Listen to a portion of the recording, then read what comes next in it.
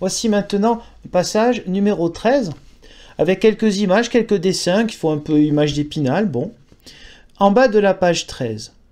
Une des tentations de Jésus révèle aussi que tous les gouvernements du monde sont la propriété du diable. Petite pause. Le passage dont il est question ici s'appelle habituellement la triple tentation du Christ, lorsqu'au début de son ministère, il est poussé par l'Esprit Saint dans le désert pour un moment donc de prière, moment de réflexion et de tentation, avec le diable qui en fait veut être lui-même adoré, il veut avoir la priorité, et il ne veut surtout pas que le Christ aille vers son sacrifice de la croix. Je reprends.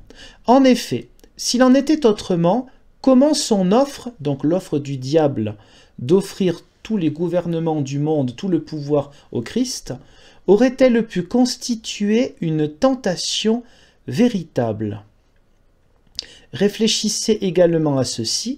Le diable a dit que si Jésus faisait un seul acte d'adoration, il était prêt à le récompenser, à lui donner tous les royaumes du monde.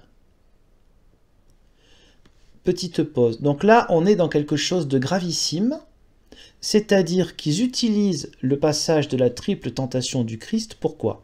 Pour dire, vous voyez, tous les gouvernements du monde sont sous l'emprise de Satan.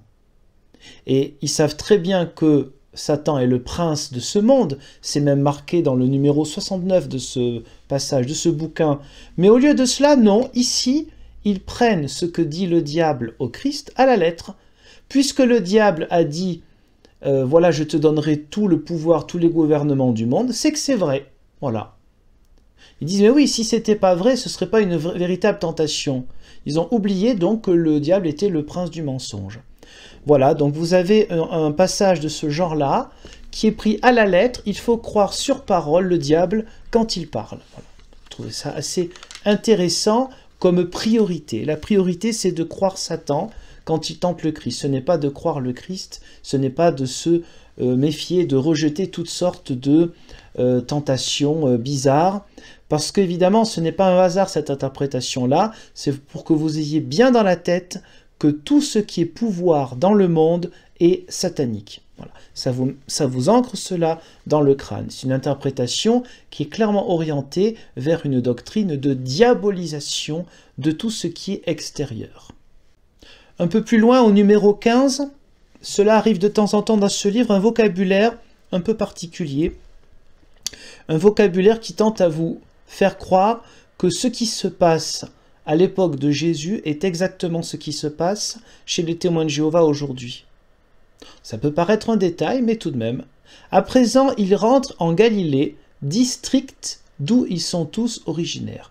Le mot district, c'est quelque chose qui est distillé comme ça par petites doses. On est qu'au début, c'est le numéro 15, il y a 134 numéros.